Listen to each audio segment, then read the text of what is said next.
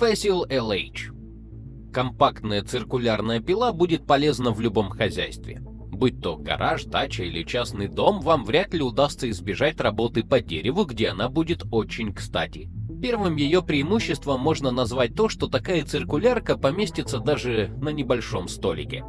Да, из-за малых размеров на ней не получится распиливать габаритные заготовки, но с небольшими заготовками самодельная циркулярка справляется более чем прекрасно. Для изготовления такой вам потребуются не слишком дорогие компоненты. Небольшая доска, 4 бруска и пара кусков МДФ. Из этого нужно сделать корпус станка. После того, как короб будет готов, нужно будет сделать отверстие под направляющие. После этого можно приступать к сборке основной части конструкции.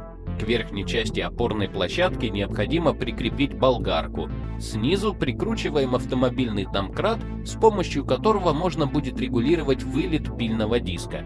Основание домкрата прикручивается к основанию станины циркулярной пилы. На последнем этапе останется только установить на болгарку пильный диск по дереву и сделать в столешнице пропил под него.